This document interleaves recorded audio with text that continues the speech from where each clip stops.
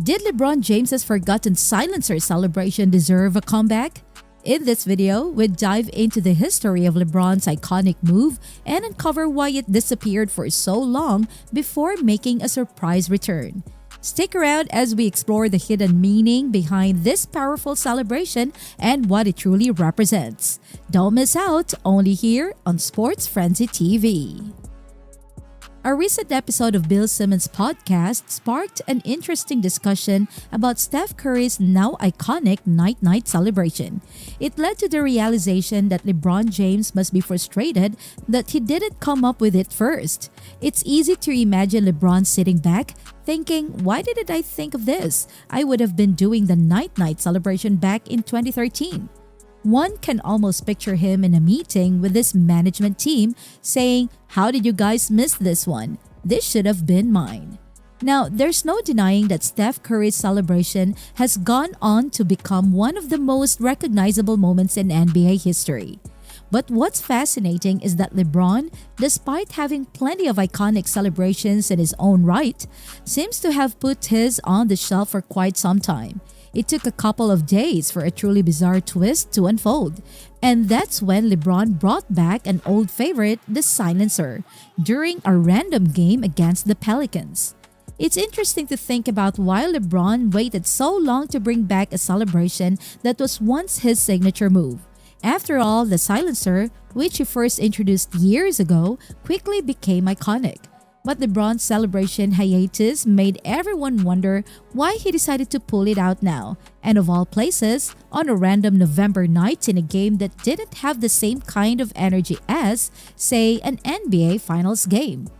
To fully understand why LeBron's silencer celebration is so special, we have to go back to 2013. That's when LeBron started shedding the label of being a non-clutch player, something that had been hanging over his head early in his career. And what better way to make a statement than by creating moments that people would remember for a lifetime? In basketball, it's not just about the big shots, it's about the celebration that follows. Think about Michael Jordan's game winner against the Cleveland Cavaliers. Everybody remembers the shot, but they also remember his iconic jump and the intensity of the moment. Same goes for Kobe Bryant's clutch shot against the Suns. His jersey pull celebration became as iconic as the shot itself. That's how moments are immortalized. And for LeBron, it all started with the silencer. The first time the world saw it was back on March 3rd, 2013, during a game against the New York Knicks. Now, this game was known for a scary fall LeBron took during the second half. At the time, the person talking about the game was recovering from an ACL surgery, and it's safe to say everyone was holding their breath thinking that LeBron might have torn his ACL too. But in true LeBron fashion, he didn't. Or maybe he did and miraculously healed instantly. Either way, he was back on the court, and something pretty cool happened. LeBron hit 2 back-to-back threes, and after the second one, he hit everyone with the first version of the silencer. While most people probably didn't even consider it to be the full-on silencer, it was LeBron's own twist on the celebration. Interestingly enough, LeBron later admitted that he was inspired by Nick B. Excel's Lower the Roof move from the 98 NBA season. And while this early version was more of a tribute to that older celebration, it laid the foundation of what would become one of LeBron's signature moves. Just a few weeks later, on March 18th, LeBron hit the silencer in a game against the Boston Celtics. This time, it was much more refined, and after taking a big shot that gave the Miami Heat a 2-point lead, he pulled out the full silencer. That game also became special for another reason. It was Miami's 23rd straight win that season. But just as quickly as that win streak came, it ended. In the very next game, the Heat were crushed by LeBron's former team, the Cleveland Cavaliers. It seemed like everything the Heat had been priding themselves on vanished in an instant. Then, on March 20th, just 2 days after the embarrassing loss to the Cavs, the Heat bounced back with an incredible comeback victory over the Celtics. Miami was down by 30 points but managed to mount an unforgettable 37-10 run. And once again, LeBron pulled off the silencer. And to add to the drama, a Cavaliers fan ran onto the court right after the game begging for LeBron's return, reminding everyone that, even back then, LeBron's celebrations were already transcending the sport itself. Now, the silencer would make its next appearance on November 23, 2013, when LeBron hit it for the only time ever at home, during a game against the Orlando Magic. At this point, the celebration had reached full-blown iconic status. People were imitating it in all kinds of sports, from football to basketball to even hockey.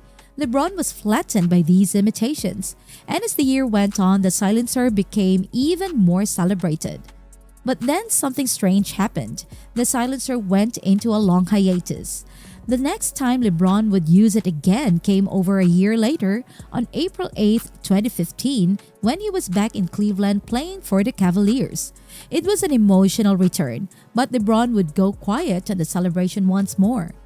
The silence continued until September 22, 2015, when LeBron gave the silencer a name during an Instagram video. In this post, he introduced the move to the world as the silencer after his son, Bryce James, performed it during a game. And then at Madison Square Garden later that year, LeBron finally gave the move the stage it deserved. During a game against the Knicks, after hitting a big shot, LeBron hit the crowd with a perfect execution of the silencer. After that moment, however, the celebration disappeared. It went into an almost 6-year hiatus. Fans wondered why LeBron, a player who had so many clutch moments, wasn't pulling out one of his most iconic celebrations. Some people speculated that it was because LeBron had simply outgrown it. The idea that he didn't need to keep pulling off the silencer suggested that he was so confident in his abilities that he didn't need to celebrate in the same way anymore. Even when he had huge clutch moments, the silencer was nowhere to be seen. But then something happened in 2021. LeBron got ejected during a game against the Detroit Pistons, his second ever career ejection. The game after that, in Madison Square Garden, a place LeBron has always loved, LeBron brought the silencer back. The celebration returned after a huge performance in Indiana, with LeBron hitting dagger after dagger. Fans couldn't believe it. After a 3-year absence, the silencer was back and it was as powerful as ever. But this return wasn't as simple as it seemed. When LeBron brought back the silencer in 2024, after hitting 2 clutch 3-pointers in a game against the New Orleans Pelicans, people couldn't help but notice the timing. It seemed random. The Pelicans weren't a team LeBron had a huge history with, and Smoothie King Arena definitely isn't considered an iconic venue like Madison Square Garden.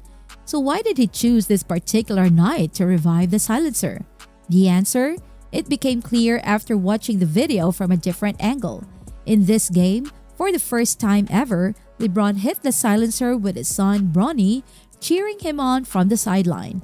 LeBron later revealed that the moment, the feeling of hitting such a clutch shot with his son by his side, was the best feeling in the world. And that's what made this moment so special. After all the drama, the pressure, and the difficulties LeBron and his family faced, including the serious health scare with Bronny, this moment meant more to LeBron than any other.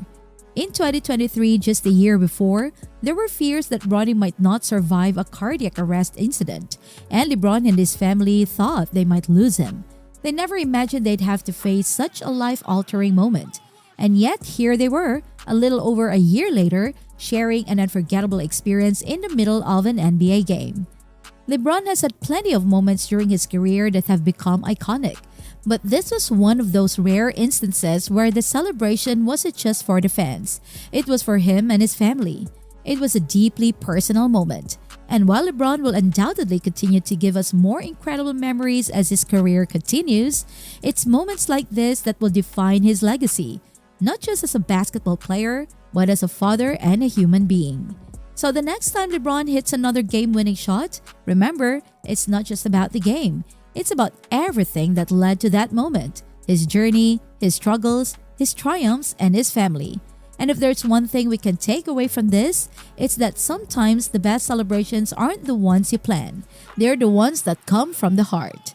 If you enjoyed this deep dive, don't forget to like, subscribe, and hit the bell icon so you never miss an exciting update from Sports Frenzy TV.